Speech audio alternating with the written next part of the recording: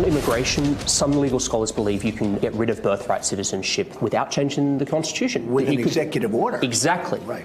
Have you thought about that? Yes. It was always told to me that you needed a constitutional amendment. Right. Guess 14th what? Amendment. You know, now they're saying I can do it just with an executive order. Now, how ridiculous. We're the only country in the world where a person comes in, has a baby, and the baby is essentially a citizen of the United States for 85 years with all of those benefits. It's ridiculous. It's ridiculous. And it has to end. On the matter of birthright citizenship in other countries, the president's actually wrong there. At least 30 other countries, including Canada and Mexico, grant automatic birthright citizenship.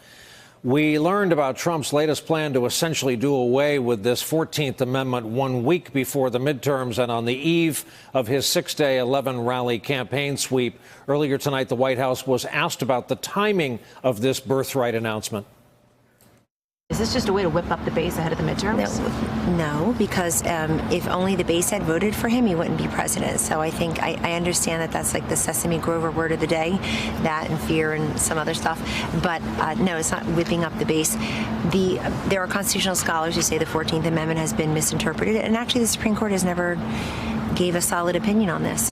This is interesting. Not 30 minutes after Kellyanne Conway spoke those words, the Washington Post published an op-ed by her husband, Attorney George Conway, co-authored with former Obama Solicitor General Neil Katyal. They write that Trump's plan to end birthright citizenship is unconstitutional. And we quote, at its core, birthright citizenship is what our 14th Amendment is all about, bridging the Declaration of Independence's promise that all men are created equal with a constitutional commitment that all those born in the United States share in that equality. Trump was wrong. A constitutional amendment would indeed be necessary to revoke birthright citizenship. Here to talk about all of it, Eli Stokols, White House reporter for the Los Angeles Times, and John Ralston's back with us, veteran journalist and editor at the Nevada Independent. Gentlemen, welcome to you both. Eli, we've compiled a way of sharing, reminding you, having been through the Trump campaign and the Trump presidency, and more specifically, members of our audience, this issue is not new for Donald Trump. We'll talk about it on the other side. There's a very big question as to the anchor babies. They've been talking about it for years. There's a very big question as to whether or not the 14th Amendment actually covers this. You want to get rid of birthright citizenship? You have to get rid of, yes, you have to. A woman's pregnant. She steps across the border. She has a baby. Congratulations. We take care of that baby for 90 years. Don't listen to the liberal press. We do not have to take care of that baby. You know, they call them anchor babies.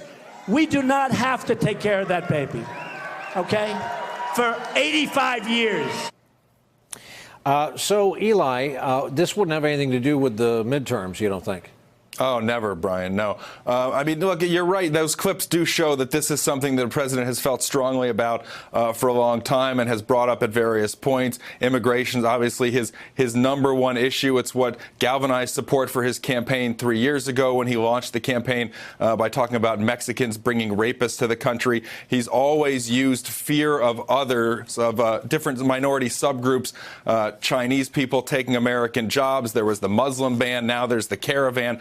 He's always leveraged people's fears, tried to stoke those fears to get people to turn out and support him, no matter what Kellyanne Conway says about it. That is something this president has been consistent about. And he has also revved that up ahead of elections, which are win-loss referendums on his popularity and his support. And that's how he views 2018 as sort of his first re-election. That's how Steve Bannon described it to me last week. This is the president's first re-election effort, and he's going all in with this rhetoric. And the birthright citizenship issue is another thing that he can throw out there in the final week of this election to steer the debate back to immigration, because he feels that even if that debate is being had and legal scholars are out there saying he can't do this and it's ludicrous, that's where the focus is, and he thinks that is something that will motivate his core supporters to turn out. To John Ralston in the great state of Nevada, you've got a hell of a Senate race out there, John, as any follower of you on social media or your work would know.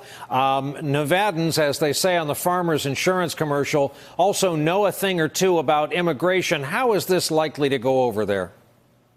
Well, it's an interesting question, Brian, and the polling here shows what Eli was talking about, which is that immigration is the #1 issue for Republicans in that Senate race. It may seem counterintuitive to a lot of people. We're not a border state, but there are a lot of undocumented folks here, and it's been an issue in the past. Now, Dean Heller, as with most issues, has been all over the map. When he ran in 2012, and remember, Brian, when he first ran in 2012, he had been appointed.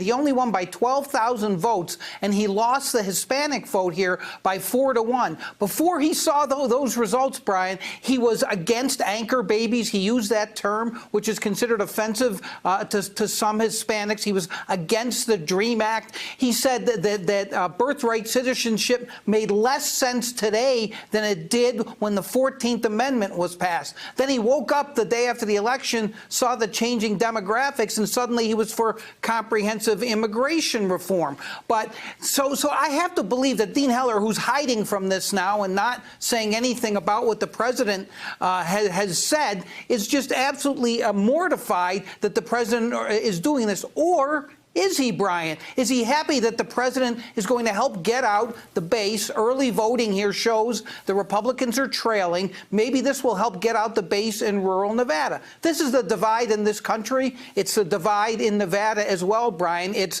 trying to get the Republican base out with these nativist, anti-immigrant appeals versus alienating a growing Hispanic vote, which has been as much as 20% of the electorate here in Nevada. Hey there, I'm Chris Hayes from MSNBC. Thanks for watching MSNBC on YouTube. If you want to keep up to date with the videos we're putting out, you can click subscribe just below me or click over on this list to see lots of other great videos.